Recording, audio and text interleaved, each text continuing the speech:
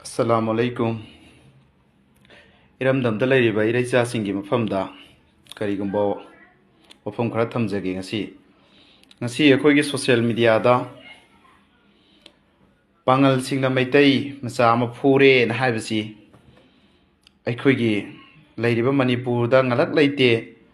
Metei na soiro Metei pumnamakta chaibagi haina bisi tu asi Pangal na soire Pangal pumnamakta chaidabida tombaduna chawbuduna chaibiyu haibasi ngak leite Manipur da irang thoknaba Manipur da ngak leite khoi gi khana chainaba thoknabagi recording ama sanaraga thadokpa ma thengnabdu yam nungaite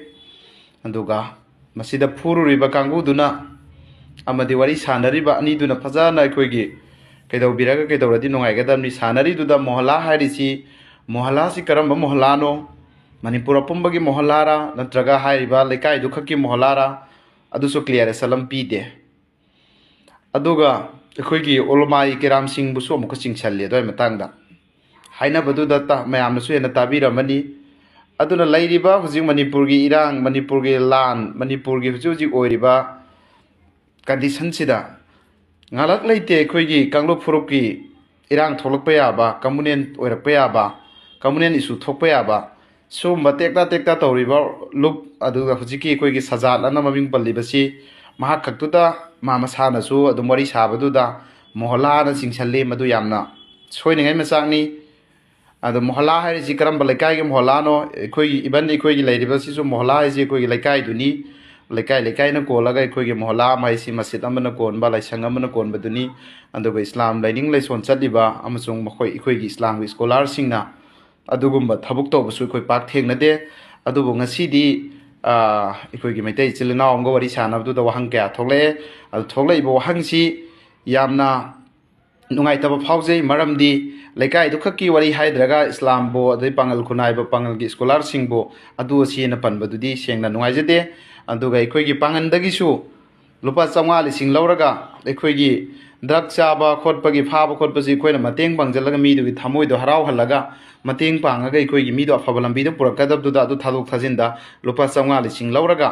masana su ya jare madugi du di recording du tabda khoina dum phangjare lupa chamwa lising na mai mayum punabai phibam da tawriba misak athubada karamba organization no mark cylinder tawgadabni aduga ma ekhoi gi Manipur gi pangal prajada kali tairibado madugi do muthat kadabni ma khaki maral oigedamni tawriba mix tu khaki mi phurubadu da karigumba makhoi kari authorize leidra phudoribno adugi laluriba mi tu laluriba lupto adu khak maral leigedamni pangal khulai ga mari amta lein halpa yaroi haina umpio gi maikai dagi ai thamjari ai as a president amoina aduna mayamda ai ngasi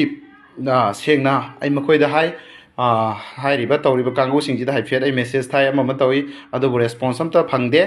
aduna makhoina de adu asi en hai loisan gre adu tawre loi gre harasu hauji hauji youtube channel du da dum lairi aduna sumbai khoi gi communal reaction ni khoi gi comment da kari da khatna gada ba video sing asumba news si khoi yari ba makhoi all communities da masi tawbidana ba na ai mayam da salam loin so haijari adu makhata da matung da masugum ba khoi gi corrupted corruption adu mathong maram khangda ba अखोई वांग माना गांग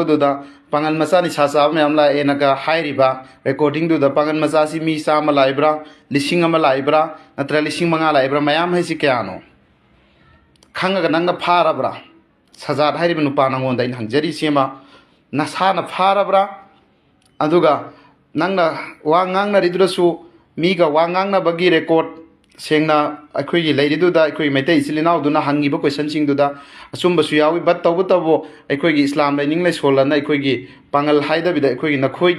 नखोई लेकाई दुगी न हाइबिरमगदि फगदमनी मणिपुर लैरिसि पांगनसि लिलोंग खक्ता नत्रगा आददगी अखोई थौबाल खक्ता नते मफम मफमदा लैबनेना मसिदा अखोई थौक तब मतमदा अखोई any communities न अखोई लोइना कम्युनिटीज अम पुसलगा थबक तौर लोइनमक अखोई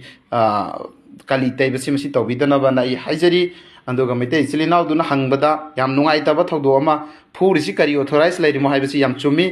nakhoina drug chaba pharo ama tawro logi obida sinaraga natra center da thamboiro nakhoi adu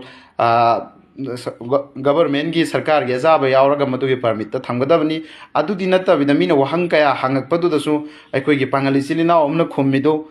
masana masadu lanjari haibado mai khangjai adu support tawde ꯂꯥꯜꯂꯨꯔꯗꯤ ꯄꯥꯡꯒꯜ ꯑꯣꯏꯔꯦ ꯂꯥꯜꯂꯦ ꯍꯥꯏꯕꯁꯦ ꯃꯁꯤꯗꯤ ꯑꯩꯈꯣꯏ ꯁꯞꯄꯣꯔꯠ ꯇꯧꯗꯦ ꯑꯗꯨ ꯕꯠ ꯇꯧꯕꯇꯕꯨ ꯄꯥꯡꯒꯜ ꯑꯃꯅ ꯂꯥꯜꯂꯒ ꯄꯥꯡꯒꯜ ꯄꯨꯝꯅꯃꯛ ꯂꯥꯜꯂꯦ ꯍꯥꯏꯕꯗꯤ ꯑꯩꯈꯣꯏ ꯑꯦꯛꯁꯦꯞ ꯇꯧꯕ ꯉꯝꯃꯣꯏ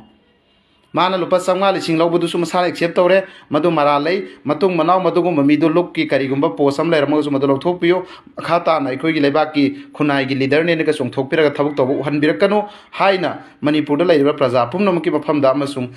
ꯋꯥꯔꯤ ꯁꯥꯟꯅꯔꯨꯔꯤꯕ ꯁꯖꯥꯗ ꯍꯥꯏꯔꯤꯕ ꯅꯨꯄꯥ ꯅꯍꯥꯛ ꯑꯊꯨꯕ ꯃꯇꯝꯗ ꯁꯦꯡꯗꯣꯛꯀꯗꯕꯅꯤ ꯑꯃꯁꯨꯡ ꯃꯗꯨꯒꯤ ꯔꯦꯁꯄꯣꯟꯁ ꯈꯨꯗꯤꯡꯃꯛ ꯅꯪꯅ ꯄꯨꯒꯗꯕꯅꯤ ꯑꯗꯨꯒ ꯅꯁꯥꯅ ꯂꯥꯜꯂꯦ ꯍꯥꯏꯅ ꯁꯦꯡꯗꯣꯛꯀꯗꯕꯅꯤ ꯑꯃꯗꯤ ꯑꯩꯈꯣꯏ ꯄꯥꯡꯒꯜ ꯄꯨꯝꯅꯃꯛ ꯌꯥꯎꯗꯦ ꯃꯗꯨꯗ ꯑꯩꯈꯣꯏ ꯈꯔꯇꯅꯤ ꯍꯥꯏꯕꯁꯤꯒꯤ ꯀ꯭ꯂꯤꯌꯥꯔ ꯑꯣꯏꯕ ꯀ꯭ꯂꯤꯌꯥꯔ ꯀꯠ ꯑꯣꯏꯕ ꯑꯃ ꯄ꯭ꯔꯦꯁ ꯅꯣꯠ ꯑꯃ ꯑꯊꯨꯕꯗ ꯇꯧꯔꯛꯑꯒ ꯂꯩꯕꯥꯛ ꯃꯤꯌꯥꯝꯗ ꯂꯩꯔꯤꯕꯁꯦ ꯑꯩꯈꯣꯏꯒꯤ ꯃꯁꯤꯒꯤ ꯀꯝꯃꯨꯅꯦꯜ ꯏꯁꯨ ꯊꯣꯛꯀꯗꯕ ꯀꯃꯦꯟꯗ ꯈꯠꯅꯔꯤꯕ ꯈꯣꯠꯅꯔꯤꯕꯗꯨ ꯂꯦꯞꯍꯟꯒꯗꯕꯅꯤ ꯍꯥꯏꯅ ꯅꯍꯥꯛꯀꯤ ꯅꯐꯝꯗꯁꯨ ꯑꯩ ꯊꯝꯖꯔꯤ ꯑꯊꯨꯕꯗ ꯄꯨꯡ 24ꯒꯤ ꯃꯅꯨꯡꯗ ꯅꯍꯥꯛ ꯃꯁꯤꯒꯤ ꯑꯩꯈꯣꯏ ꯄꯥꯡꯒꯜ ꯈꯨꯟꯅꯥꯏ ꯅꯠꯇꯦ ꯃꯁꯤ ꯑꯩꯈꯣꯏ ꯂꯨꯞꯇꯨꯒꯤ ꯑꯩꯈꯣꯏ ꯈꯔꯅ ꯇꯧꯔꯨꯕꯅꯤ ꯍꯥꯏꯕꯁꯤꯒꯤ ꯑꯁꯦꯡꯕ ꯄꯥꯎꯗꯝꯗꯣ ꯃꯌꯥꯝꯗ ꯇꯝꯒꯗꯕꯅꯤ ꯑꯗꯨꯒ ꯑꯩꯈꯣꯏꯒꯤ ꯃꯩꯇꯩ ꯏꯆꯤꯜ ꯏꯅꯥꯎ ꯋꯥꯔꯤ ꯁꯥꯔꯤꯗꯨꯗ ꯌꯥꯝꯅ ꯑꯩꯈꯣꯏꯒꯤ ꯀꯟꯐꯤꯗꯦꯟ ꯂꯩꯅ ꯌꯥꯝꯅ ꯗꯤꯁꯤꯄ꯭ꯂꯤꯟ ꯃꯦꯟꯇꯦꯟ ꯂꯩꯅ ꯋꯥꯔꯤ ꯁꯥꯕꯤ ꯃꯗꯨꯕꯨꯁꯨ